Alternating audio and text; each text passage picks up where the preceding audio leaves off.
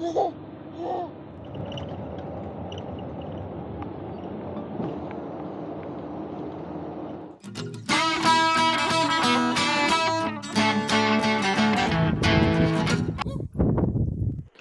we're off to a great start, people. I never get to film her bloopers. I didn't film when she had the bear bag dropped on her head. What was the other thing I didn't film? There was another one. Oh, when she fell in the mud and snapped her broke her trekking pole and it stuck in the ground. But now, I'm free. T-Rex managed to get her gators stuck on her osprey bag. Juniper's laughing at me. And even Juniper thinks it's funny. We're in Portland, by the way, folks. We've been on buses all day long. Right? The baby's in pretty good spirits considering that we've been on buses all day long. Now, we're gonna go get something to eat.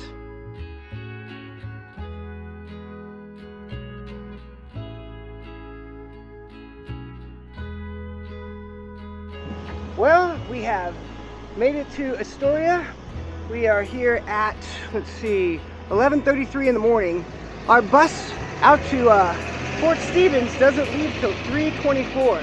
So we have hours to kill in this town, but it's a cool little seaside town. It's going to be the first one that we visit. Now it's time to find a bite to eat. Well, we have arrived at our first hiker-biker camp at Fort Stevens. This is pretty cool. I've never seen something like this before. They have lockers to put our stuff in, and inside these lockers there are charging stations. It's pretty cool. The mosquitoes here are really bad. I don't know if you can see them on the wall here, but they're all over the place. Juniper and Rex are over there. We're getting ready to set up our shelter. Tomorrow we have about an 8-mile round trip to go out to the jetty where the trail begins, the official start point of the trail. We have to walk out to it along the beach and then come back, and we'll stay here for a second night, and then after that we'll be pushing forward on down the trail.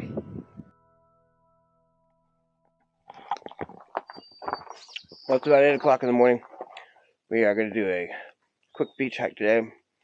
I think it's 8 miles round trip, and then we'll be coming back here to camp tonight. Should be pretty cool. We're going to get our first look at the coast. Everybody's eating breakfast.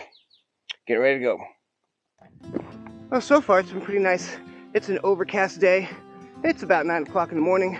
We're on this paved path right now, trying to find the beach access. Got a couple miles to go yet before I think we actually hit the beach. And as you can see, Juniper's excited.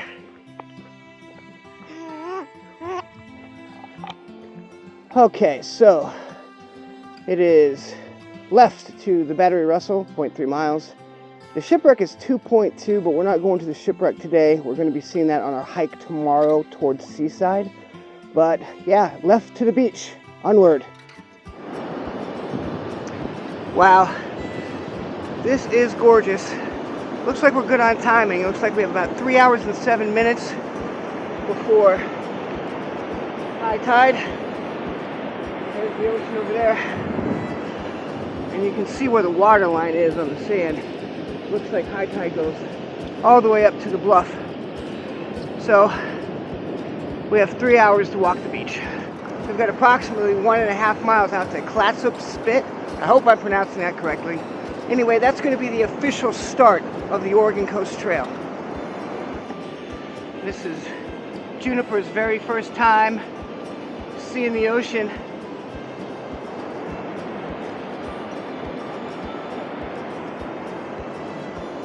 She just woke up from a nap. She's never seen it before.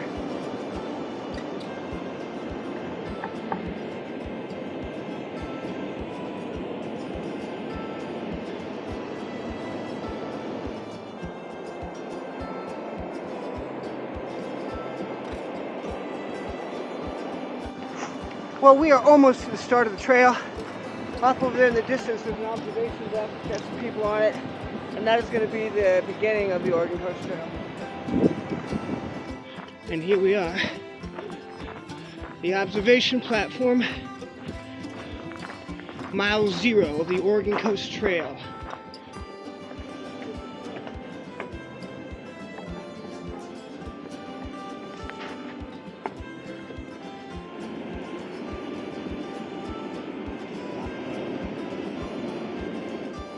So we are just leaving the observation tower, and I didn't think we were going to get to see the Peter Iredale today, but in order for us to be able to connect the trail with no gaps this far in the trip, we're actually going to have to walk down the beach to the Peter Iredale and then go up the Sunset Trail to go back to our camp at Fort Stevens. So we should be able to see the shipwreck today. So just up ahead here is the shipwreck of the Peter Iredale. Apparently, on October the 25th of 1906, this ship ran aground while it was going to transport a shipment of wheat. I guess nobody was seriously hurt when it ran aground. There were 27 passengers that were rescued, including 2 stowaways.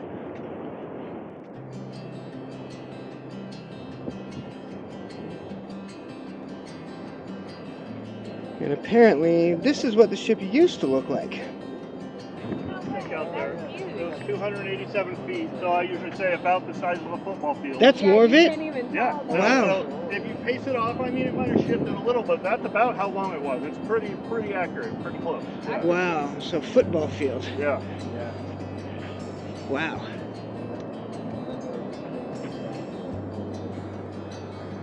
Well, we are done with the wreck of the Peter Iredale. Apparently, it stretches from the main part of the wreck all the way over there. I didn't realize that. According to the Rangers, it was about the length of a football field, so that's pretty amazing. Well, that's the highlight of our day. Now we're about to head up this direction over here and go back to camp. We have one more night here, and then it's time to press forward on the Oregon Coast Trail. Oh. Well, it's 5:55 in the morning. It's going to be our second day of hiking. It's going to be our first push. Today is 15.1 miles. To get to Seaside, we're going to be staying at the Seaside International Hostel. We just got to get camp broken down and then eat breakfast, and we're on our way. Hey Juniper, you all packed up and ready to go? Yeah. Well, it is really windy out. We are back at the wreckage of the Peter Iredale right over there, and we are headed that direction down the beach. Seaside, 15.1 miles away. Here we go.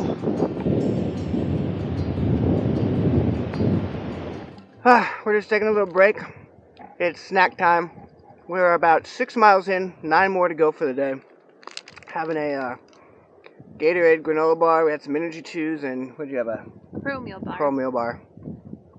So yeah, so far we've gained like a whole 20 feet of elevation in 6 miles. So, you know, real rough hiking. I don't know how we're gonna manage.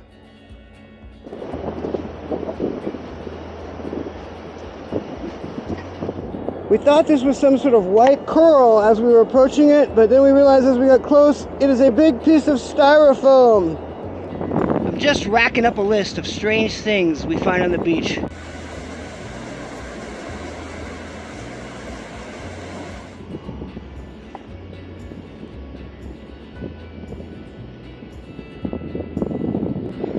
So one side of her rain cover on her pack is basically bone dry, whereas the side facing the ocean is pretty much soaked. So this is keeping her face and legs dry, even though it's not really raining. There's a lot of mist and sea spray. And there she is, right there, safe behind her little window. Oh. So it's lunchtime. We're 10 miles in with only 2 miles left to Gearhart, and then I think there's another 3 to the hostel because we had 15 total to do today.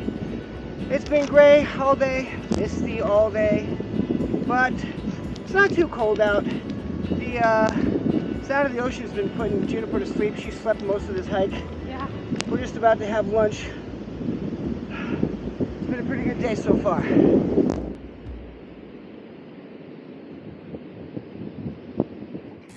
So the last part of this, I guess, is going to be town walking.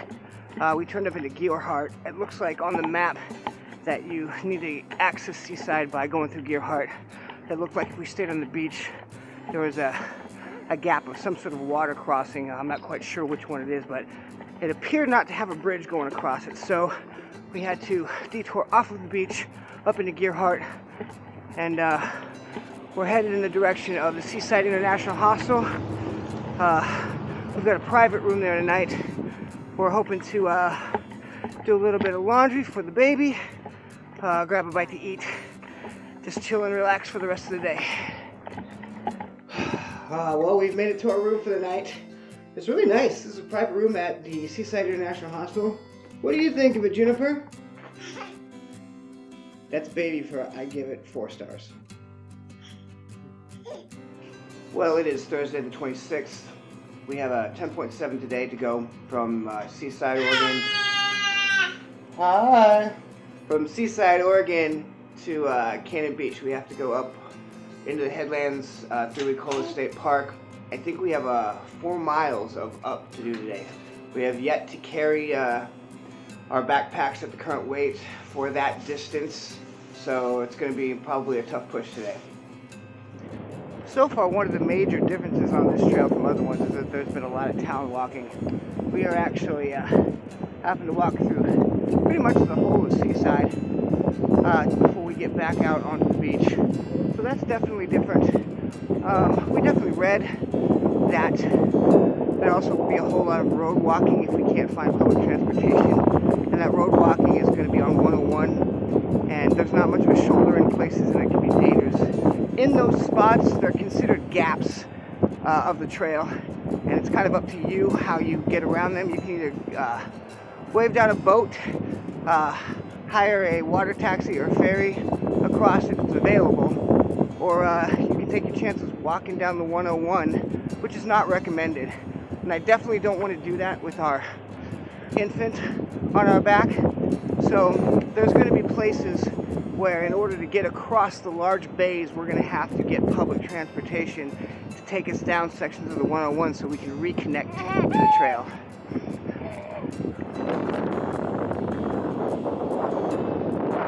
Oh, and then there's an Oregon State Park sign. We just walked through a neighborhood, and yeah, there's an Oregon Coast Trail Blaze right there at Oregon State Park, so this park is right on the edge of a neighborhood. All right, here we are at Tillamook Head. Park Service is currently maintaining, so I apologize for the weed whacker noise in the background, folks. This is going to be our first significant elevation gain. We got heavy packers that keep mentioning. We've been training for this. Are you ready? Ready as out? Out. What about you, Juniper? Are you ready or are you asleep? Not asleep yet. I think she's ready. She seems really enthusiastic. Anyway, we're going to get to the top of this, and I think we're going to take a lunch break. Up at the top, there is a camp with, I think, 3 or 4 Adirondack-style shelters up there. That's where we're going to do lunch for the day. But first, we got this 4.5-mile push. Oh, yeah. So this is just a rooty, muddy mess. We are slipping and sliding. This reminds me a lot of sections of Vermont and Maine on the Appalachian Trail. Except for this time, I got a baby on my back.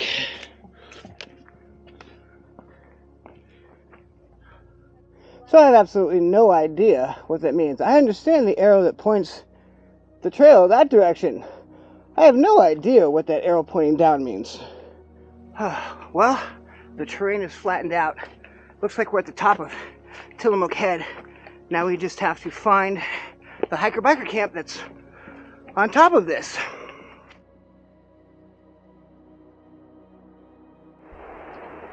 This is our first major lookout point. Wow. Well, that wasn't even close. That's what I get for not looking at my map or my GPS. It was another 2 miles to hit the Ecola State Park hiker-biker camp. But here it is. We have arrived. We are going to stop here, have a lunch break. It looks like the rain that they told us was in the forecast is just starting. We might, if it gets too hard, sit and wait it out a little bit. We've got plenty of time. It doesn't get dark till almost 9 o'clock at night this time of year. And we are only a couple of miles away from Cannon Beach. So, yep, break time.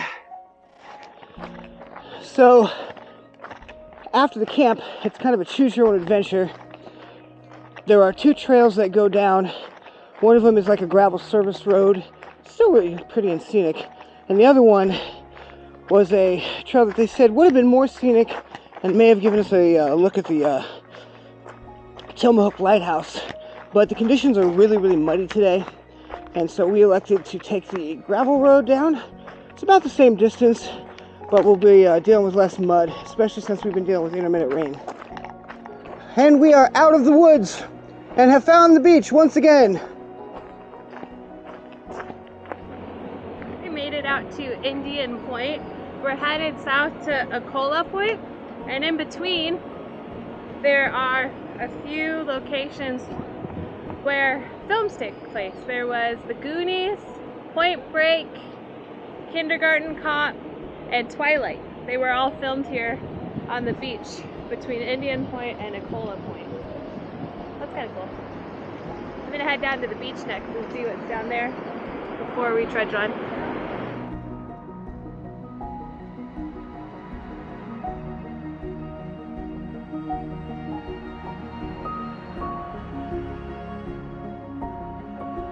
Well, we finally come to the end of our day. We're here at the Sea Ranch RV Resort. We got ourselves a nice little tent site here, fire pit. Now we just got to set up camp.